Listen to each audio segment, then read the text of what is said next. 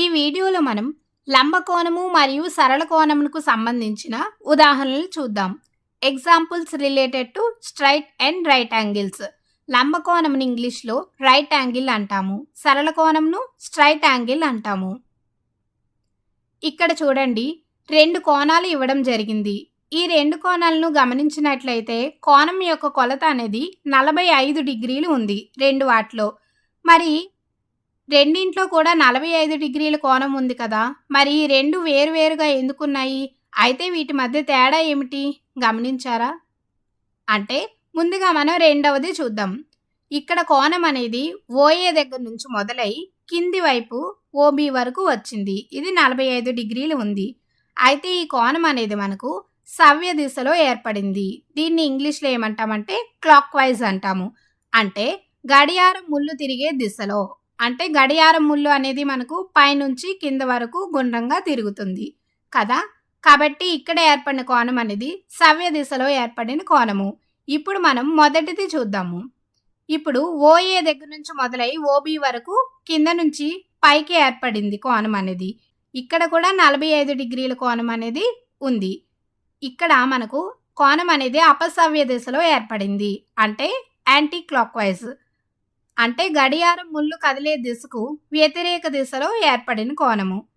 ఈ రెండు కోణాలు మనకు దిశను ఆధారంగా చేసుకొని ఏర్పడిన కోణాలు. దిశను ఇంగ్లీష్లో డైరెక్షన్ అంటాము. అయితే ఇప్పుడు మనము ఈ దిశలను అనుసరించి లంబకోణము మరియు సరళ కోణము ఏ విధంగా ఏర్పడతాయో ఇప్పుడు మనం చూద్దాం. వీటిని ఏమంటాము? దిక్కులు లేదా దిశ అంటాము. ఇవి తూర్పు, ఉత్తరం, పడమర, దక్షిణం. అయితే ఇప్పుడు మనం తూర్పు దగ్గర ఉన్నాము అనుకుందాం. ఈ తూర్పు నుంచి అపసవ్య దిశలో అంటే ఈ విధంగా మనము సరిగ్గా 90 డిగ్రీల కోణంతో ఉత్తరం దగ్గరకు వెళ్ళామనుకోండి. అప్పుడు మనకు ఏర్పడిన కోణం అనేది ఈ విధంగా ఉంటుంది. దీన్ని మనం లంబకోణము అంటాము. ఇది సరిగ్గా 90 డిగ్రీల కోణం ఉంటుంది. అదేవిధంగా అదే దిశలో మనం అంటే అపసవ్య దిశలోనే తూర్పు నుంచి మొదలయ్యి పడమర దిశగా వెళ్ళినట్లయితే ఇక్కడ మనకు 180 డిగ్రీల కోణం అనేది ఏర్పడుతుంది. ఈ కోణాన్ని మనము సరళ కోణము అంటాము. ఇది సరిగ్గా 180 డిగ్రీలు ఉంటుంది. అదేవిధంగా మనము కింది వైపు అంటే సవ్య దిశలో తూర్పు నుంచి దక్షిణం వైపుకు వెళ్ళినట్లయితే ఇక్కడ కూడా మనకు 90 డిగ్రీల కోణం ఏర్పడుతుంది. అది లంబకోణం అవుతుంది. అలాగే తూర్పు నుంచి సవ్య దిశలో పడమర దిశగా వచ్చినట్లయితే ఇక్కడ ఒక సరళ కోణం ఏర్పడుతుంది. అది 180 డిగ్రీలు ఉంటుంది. ఇప్పుడు మనం ఒక ఉదాహరణ చూద్దాం. గడియారంలో నిమిషాల ముళ్ళు 3 దగ్గర ఉంది అనుకుందాం. మొదటిది, నిమిషాల ముళ్ళు 3 దగ్గర నుంచి 9కి తిరిగితే ఎంత కోణం ఏర్పడుతుంది? రెండవది, నిమిషాల ముళ్ళు 3 దగ్గర నుంచి మళ్ళీ 3 దగ్గరకు చేరుకుంటే ఎంత కోణం ఏర్పడుతుంది అనేవి రెండు ప్రశ్నలు ఇక్కడ ఇవ్వడం జరిగింది. ఇప్పుడు మనం సాధన చూద్దాం.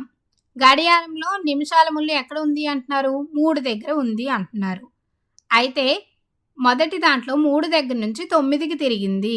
అంటే నిమిషాల ముళ్ళు 3 దగ్గర నుంచి మొదలై 9 వరకు తిరిగింది. ఇప్పుడు మనకు ఏర్పడిన కోణం ఎంత ఉంటుంది? ఇది చూడండి, సరిగ్గా 180 డిగ్రీలు ఉంటుంది. కాబట్టి ఒక సరళ కోణం ఏర్పడుతుంది అని మనం చెప్పచ్చు. ఇప్పుడు మనం రెండవది చూద్దాం. ఇక్కడ నిమిషాల ముళ్ళు అనేది 3 దగ్గర ఉంది. ఈ నిమిషాల ముళ్ళు 3 దగ్గర నుంచి మళ్ళీ 3కు చేరుకుంటే అంటే 3 దగ్గర నుంచి మొదలై మళ్ళీ 3కు చేరుకుంది. అప్పుడు మనకు ఒక సంపూర్ణ కోణం అనేది ఏర్పడుతుంది. కాబట్టి ఒక సంపూర్ణ కోణం 360 డిగ్రీల కోణం అనేది ఏర్పడుతుంది. అదేవిధంగా ఇప్పుడు మనం సరళ కోణం పరంగా తీసుకుంటే ఈ సంపూర్ణ కోణంలో ఎన్ని సరళ కోణాలు ఏర్పడతాయి? 2 సరళ కోణాలు అనేవి ఏర్పడతాయి.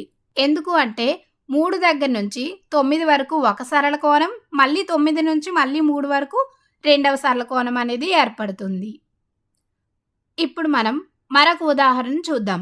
గడియారంలో నిమిషాల ముళ్ళు 6 దగ్గర ఉంది. అయితే నిమిషాల ముళ్ళు సరళ కోణంలో 3/4 వంతు తిరిగితే అప్పుడు ఏర్పడే కోణం ఎంత? ఇప్పుడు మనం సాధన చూద్దాం.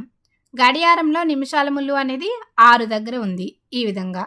ఇప్పుడు ఈ నిమిషాల ముళ్ళు అనేది సరళ కోణంలో 3/4 వంతు తిరిగితే ఒకసారి ఇక్కడ చూడండి, 6 దగ్గర నుంచి సరళ కోణం అంటే 12 వరకు తిరిగితే అప్పుడు మనకు సరళ కోణం ఏర్పడుతుంది. కానీ ఇక్కడ మనకి ఏం కావాలి? సరళ కోణంలో 3/4 వంతు కావాలి.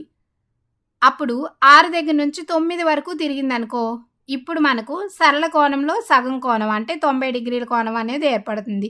ఇది కూడా కాదు మనకు కావాల్సింది. 3/4 వంతు అంటే 9కి మరియు 12కి మధ్యలో ఏర్పడిన కోణం అనేది 3/4 వంతు అవుతుంది సరళ కోణంలో. కాబట్టి ఈ కోణం మనకు కావాలి. దీన్ని మనము చూడండి 6 నుంచి 9 వరకు ఎంత?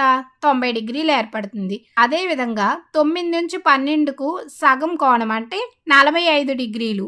లంబ కోణంలో సగం కోణం 45 డిగ్రీలు అవుతుంది కాబట్టి ఈ రెండు కలిపితే మనకు 135 డిగ్రీలు అనేది ఏర్పడుతుంది. ఇదే మనకు కావాల్సిన కోణము.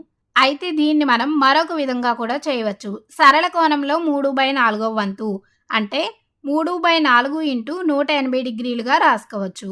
ఇప్పుడు దీన్ని మనం పరిష్కరించినట్లయితే 135 డిగ్రీలు వస్తుంది. ఇప్పుడు మనం మరొక ఉదాహరణ చూద్దాం. 24 గంటల సమయంలో నిమిషాల ముల్లు ఎన్ని సరళ కోణాలను, లంబ కోణాలను ఏర్పరుస్తుంది? ఇది మనకు ప్రశ్న. సాధన చూద్దాం. అసలు 1 గంట సమయంలో నిమిషాల ముల్లు ఏం చేస్తుంది? 12 దగ్గర నుంచి మొదలై మళ్ళీ 12 వరకు తిరుగుతుంది. అంటే ఇక్కడ ఏం జరుగుతుంది? ఒక సంపూర్ణ కోణం అనేది ఏర్పడుతుంది. మరి మనకు కావాల్సింది ఏంటి? 24 గంటల సమయంలో. కాబట్టి 24 గంటల సమయంలో నిమిషాల ముల్లు ఏం చేస్తుంది? 24 సంపూర్ణ కోణాలను అనేది ఏర్పరుస్తుంది. కానీ ఇక్కడ మనకు కావాల్సింది ఏంటి? సరళ కోణాలు మరియు లంబ కోణాలు. ఇప్పుడు మనం సరళ కోణాల గురించి చూద్దాం. ఒక సంపూర్ణ కోణంలో ఎన్ని సరళ కోణాలు ఏర్పడతాయి? 2 సరళ కోణాలు ఏర్పడతాయి. ఒక సంపూర్ణ కోణం అంటే గంట. అంటే గంటకు 2 సరళ కోణాలు ఏర్పడతాయి. కానీ మనకు కావాల్సింది 24 గంటలకు. 24 గంటలకు అయినప్పుడు 24 ఇంటూ 2 సరళ కోణాలు. అప్పుడు 48 సరళ కోణాలు అనేది ఏర్పడతాయి 24 గంటల సమయంలో. ఇప్పుడు మనం లంబ కోణాల గురించి చూద్దాం. ఒక సరళ కోణంలో మనకు 2 లంబ కోణాలు అనేవి ఏర్పడతాయి. 1 గంటకు మనకు ఎన్ని లంబ కోణాలు ఏర్పడతాయి? 4 లంబ కోణాలు ఏర్పడతాయి. మరి మనకు కావాల్సింది 24 గంటలకు. అప్పుడు 24 ఇంటూ 4 లంబ కోణాలు. మొత్తం ఎన్ని అవుతాయి? 24 ఇంటూ 4 అంటే 96 లంబ కోణాలు అనేది ఏర్పడతాయి.